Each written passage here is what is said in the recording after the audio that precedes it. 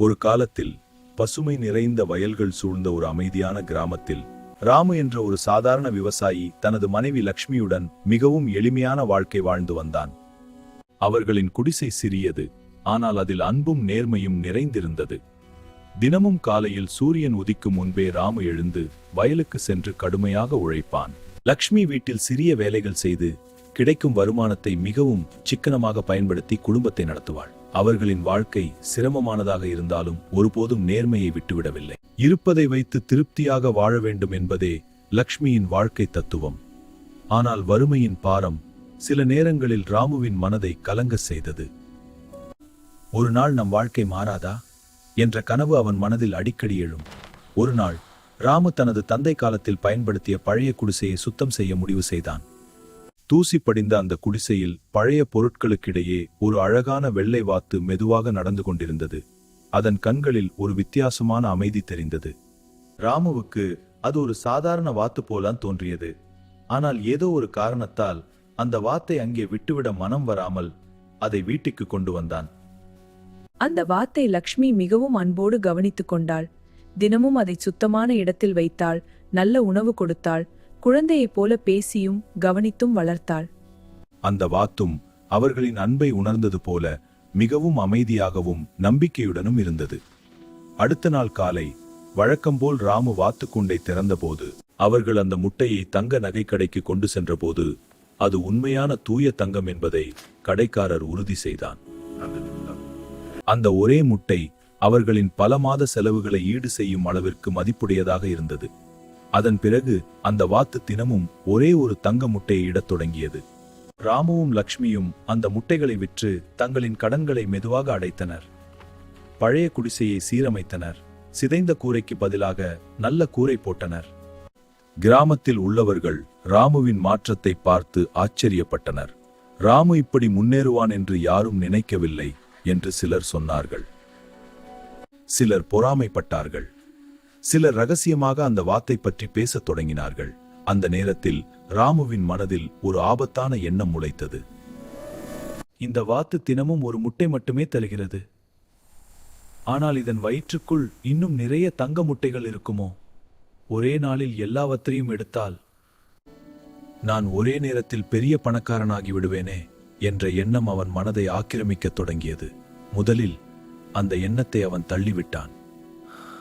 ஆனால் நாட்கள் செல்ல செல்ல அந்த பேராசை ஒரு சிறிய விதையிலிருந்து ஒரு பெரிய மரமாக வளர்ந்தது. தினமும் கிடைக்கும் ஒரு முட்டை அவனுக்கு போதாததாக தோன்றத் தொடங்கியது. மெதுவாக பணக்காரன் ஆகுவதற்கு பதிலாக ஒரே நாளில் பணக்காரன் ஆக வேண்டும் என்ற அவசரம் அவனை கண்ணை மூடச் செய்தது. லக்ஷ்மி அவனின் மனமாற்றத்தை கவனித்தாள். ராமு, நமக்கு தேவையானதை விட அதிகமாகவே கடவுள் கொடுத்திருக்கிறார். தினமும் கிடைக்கும் இந்த தங்க முட்டையே ஒரு பெரிய ஆசீர்வாதம். பேராசை வேண்டாம். இந்த வாத்து நமக்கு நீண்ட காலம் நல்ல வாழ்க்கையை தரும். ஆனால் ராமு அவள் வார்த்தைகளை கவனிக்கவில்லை. ஒரு இரவு மனம் முழுவதும் பணம் பற்றிய எண்ணங்களால் நிரம்பி தூக்கம் கூட வராமல் ராமு ஒரு கொடூரமான முடிவை எடுத்தான். நாளை இந்த வாத்தின் வயிற்றை திறந்து உள்ளே இருக்கும் எல்லா தங்கத்தையும் எடுத்துவிட வேண்டும் என்று தீர்மானித்தான். அடுத்த நாள் அவன் நடுங்கும் கைகளுடன் அந்த வாத்தை எடுத்தான். அந்த வாத்து அவனை நம்பிய கண்களுடன் அவனை பார்த்தது. அந்த பார்வை கூட ராமுவின் மனதை மாற்ற முடியவில்லை. அவன் வாத்தை கொன்ற அந்த நொடியிலேயே அவன் வாழ்க்கையிலேயே மிகப்பெரிய தவறை செய்துவிட்டான். வாத்தின் வயிற்றை திறந்தபோது அங்கே எந்த தங்கமும் இல்லை, சாதாரண உடல் உறுப்புகள் மட்டுமே இருந்தன. அந்த நிமிடம் ராமுவின் காலடியில் இருந்து மண் சரிந்தது போல இருந்தது.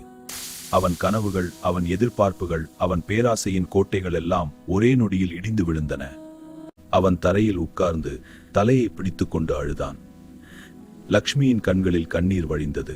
அது கோபத்தின் கண்ணீர் இல்லை, அது உடைந்த நம்பிக்கையின் கண்ணீர். அவள் வார்த்தைகள் இப்போது அவனுடைய காதில் எதிரொலித்தது. இப்போது அந்த வாத்தும் இல்லை, தினமும் கிடைத்த தங்க முட்டைகளும் இல்லை, எதிர்காலத்தின் பாதுகாப்பும் இல்லை. ஒரே ஒரு தவறான முடிவு அவர்களின் நிலையான வருமானத்தை நிரந்தரமாக அழித்துவிட்டது. ராமு ஒரு மிகப்பெரிய வாழ்க்கை பாடத்தை கற்றுக்கொண்டான். திருப்தி, பொறுமை மற்றும் நன்றி உணர்வு, இந்த மூன்றும் இருந்தால் வாழ்க்கை மெதுவாகவும் உறுதியாகவும் முன்னேறும். வாத்தை இழந்த அந்த நாளுக்கு பிறகு ராமுவின் வாழ்க்கை வெறும் வறுமைக்கு திரும்பியதல்ல, அது அவனுடைய மனதுக்குள்ளும் ஒரு பெரிய வெற்றிடத்தை உருவாக்கியது. அவன் ஒவ்வொரு காலையும் எழும்போது காலியாக இருக்கும் அந்த கூண்டை பார்த்து தினமும் கிடைத்த அந்த தங்க முட்டையின் நினைவு அவன் மனதை துளைத்தது. அது வெறும் பணத்தின் இழப்பு அல்ல, அது அவன் பொறுமையின் இழப்பு, அவன் நம்பிக்கையின் இழப்பு, அவன் புத்திசாலித்தனத்தின் இழப்பு.